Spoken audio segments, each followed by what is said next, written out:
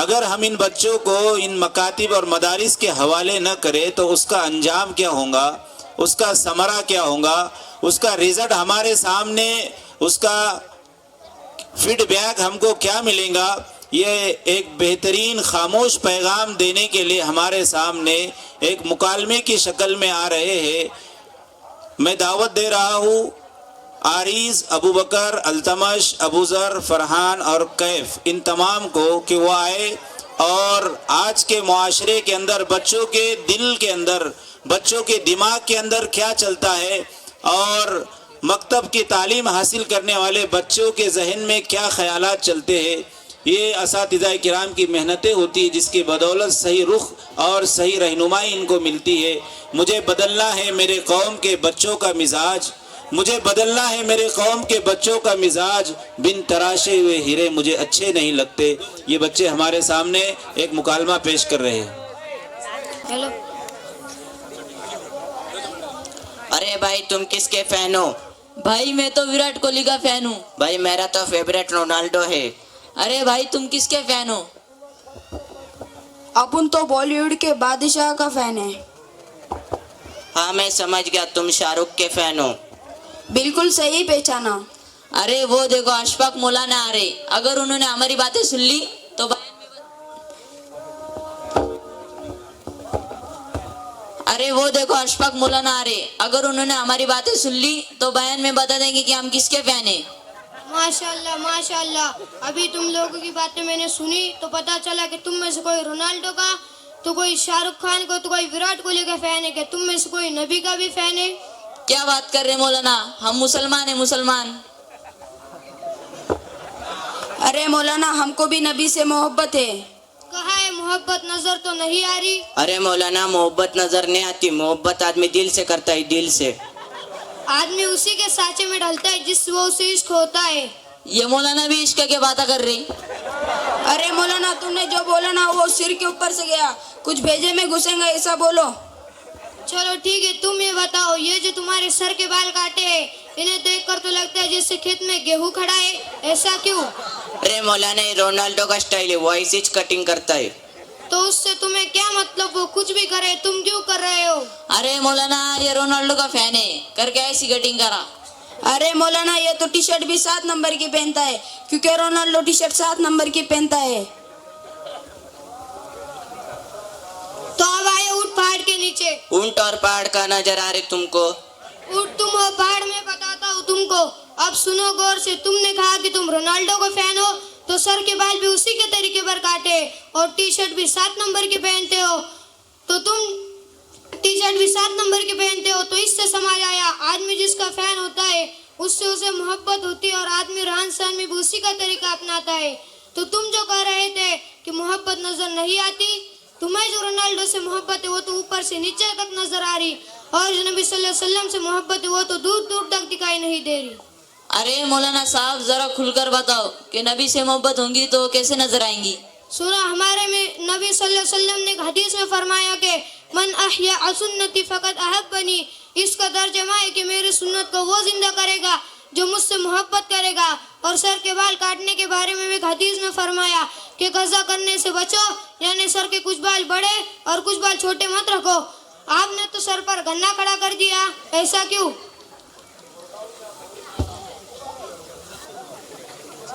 सुन क्या बोल रहे मौलाना। अब तुम सुनो विराट कोहली के दीवाने, तुमने तो चेहरे पर दाढ़ी रखी है लेकिन वो तो स्टाइलिश दाढ़ी नजर आ रही है, ऐसा क्यों? अरे मौलाना तुमको मालूम नहीं क्या, विराट कोहली ऐसी दाढ़ी रखता है, उसका फैन है इसीलिए तो ऐसी दाढ़ी रखा। अरे मैं तभी थोड़ी दाढ़ी रखा, तुम दोनों चिकने गोटे लग रहे, उसका क्या। इसको देखो, ये रोनाल्डो का फैन, चेहरा ऐसा बना है जैसे फुटबॉल का मैदान हो। अरे तुम लोग आपस में लड़ना बंद करो और मेरी बात सुनो। दाढ़ी उस वक्त तक ना काटो जब तक वो एक मुश्त से ज्यादा बड़ी ना हो जाए, और ये जो साइड की दाढ़ी है जो कान के नीचे आती है, इसे खत कहते हैं, इसे भी एक मुश्त के बाद ही काटे। बहुत बहुत शुक्रिया मौलाना आपका, आपने हमें दाढ़ी रखने का सही तरीका बताया। और हम भी इंशाल्लाह जरूर दाढ़ी रखेंगे। मौलाना साहब आपने तो इस बॉलीवुड के बादशाह के दीवाने को कुछ पूछा ही नहीं। चलो ठीक है, पूछ लेता हूँ। तुम ये बताओ, तुम जिसके फैन हो उसके कितने बच्चे हैं? अभी बताता हूँ कि उसके 3 बच्चे हैं, उनका नाम ये है। अरे तुम रहने दो, तुम हमारे नबी सल्लल्लाहु अलैहि वसल्लम के बेटों के नाम बता दो। हमारे नबी सल्लल्लाहु अलैहि वसल्लम के बेटों का नाम तो नहीं मालूम, लेकिन हाँ इतना मालूम है कि हमारे नबी सल्लल्लाहु अलैहि वसल्लम की एक बेटी थी, उनका नाम हजरत फातिमा है। इतनी सी मुसलमानी, उसमें भी आनाकानी। हमारे नबी सल्लल्लाहु अलैहि वसल्लम की कितनी औलाद थी ये तो साथ खड़े बच्चे आपको बता देंगे। चलो बेटा, तुम हमारे नबी सल्लल्लाहु अलैहि वसल्लम के बेटों के नाम बता दो और तुम बेटियों के।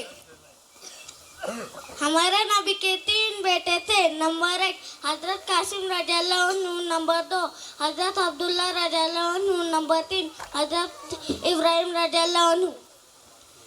हमारे नबी की 4 बेटियां थे। नंबर 1 हजरत ज़ैनब रज़ियल्लाहु अन्हा, नंबर 2 हजरत रुकैया रज़ियल्लाहु अन्हा, नंबर 3 हजरत उम्मे कुलसुम रज़ियल्लाहु अन्हा, नंबर 4 हजरत फातिमा रज़ियल्लाहु अन्हा। अरे बेटा, तुमको दिन की इतनी सारी मालूमात कहाँ से हासिल हुई? दिन की ये सारी बातें हमें हमारे उस्ताद हाफिज अशफाक साहब बताते हैं। क्योंकि हम रोजाना मकतब में तालीमुल कुरान पढ़ने के लिए जाते हैं।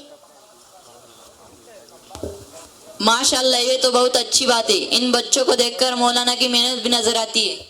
लेकिन हम लोग तो अभी बड़े हो गए हैं, तो मकतब में भी नहीं जा सकते, तो हम क्या करें? किसने कहा आप नहीं आ सकते? मैं रोजाना मगरिब के बाद मकतब के रूम में बैठा रहता हूँ ताकि तुम जैसे बड़े उम्र के लोग जिन्हें कुरान पढ़ना नहीं आता उन्हें कुरान सिखा सकूं और आप भी आ सकते। मौलाना, आपने तो हमारी आंखें ही खोल दी। हमें समझ आ गया कि दीन के मामले में हम कितने कमजोर है, क्योंकि जो नमाज में हम सूर्य फातिहा पढ़ते उसका तो हाल है या कना बुदू वा कनास्तीन फड़गा कुर्ता रेगा अस्तीन। अब आप ये बताएं हमारा नमाज का क्या हाल होगा? चलो ठीक है, कोई बात नहीं। तुम्हें तुम्हारी कमजोरी का एहसास तो हो गया, ये तो बहुत बड़ी बात है। और आप तुम लोग भी मेरे पास कुरान शरीफ सीखने आ सकते हैं। अल्लाह ताला हम सबको कोई हुई बातों पर अमल की तौफीक दे, आमीन।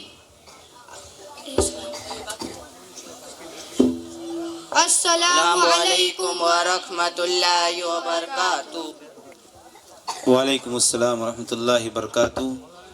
अज़ीज़ दोस्तों, वाक़ियतन इन बच्चों ने हमारी मुआशरे की एक सच्ची और हकीकी तर्जमानी पेश की है।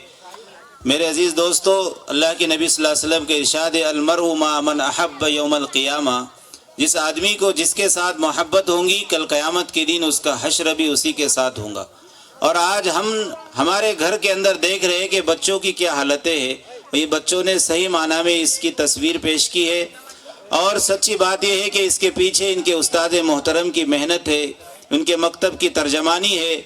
और एक बात मैं ये बताता चलूँ कि कुछ लोगों को अल्लाह ताला ने तख्लीकी जहन दिया होता है, वो एक कुछ नया पेश करने के लिए हर मर्तबा वो कोशा रहते हैं। उन्हीं में से हमारे दरमियान हाफिज अशफाक साहब और इसी तरह हज़रत मौलाना मुबीन साहब है कि इन लोगों ने हर एतबार से हर प्रोग्राम के अंदर, इससे पहले जो प्रोग्राम हुए हैं उसके अंदर आपने देखे होंगे कि पुराना कोई घिसी पीटी तकरीर, पुराना कोई मुकालमा, पुराना कोई ड्रामा नहीं होता है। हर मर्तबा ये नया ड्रामा और नया मुकालमा और एक हसास मौजू को लिए हुए अपने बच्चों को पेश करने की कोशिश करते हैं और ये खुद अपने हाथ से बनाते हैं। मैं ये आपको लिए काबिल तारीफ बात कर रहा हूँ। हाफिज साहब ये खुद ड्रामा अपने हाथ से लिखते हैं और बच्चों को देते हैं और इनके ड्रामे दूसरे मकातिब वाले इनसे मांगते हैं कि हाफिज साहब जो आपने बनाए वो हमें भी भेजिए। अल्लाह इन असातिज़ा किराम की मेहनतों को कबूल फरमाए। इन बच्चों को माशाल्लाह शोएब भाई शेख इनकी जानिब से 500 रुपये, रियाज भाई की जानिब से 50 रुपये, सतीश बाबू की जानिब से 200 रुपये, जमील भाई की जानिब से 100 रुपये, एक साहब की जानिब से 100 रुपये और एक बंदे खुदा की जानिब से 100 रुपये और एक साहब की जानिब से 50 रुपये, बहुत सारे अहबाब की जानिब से ढेर सारा इनाम आया है।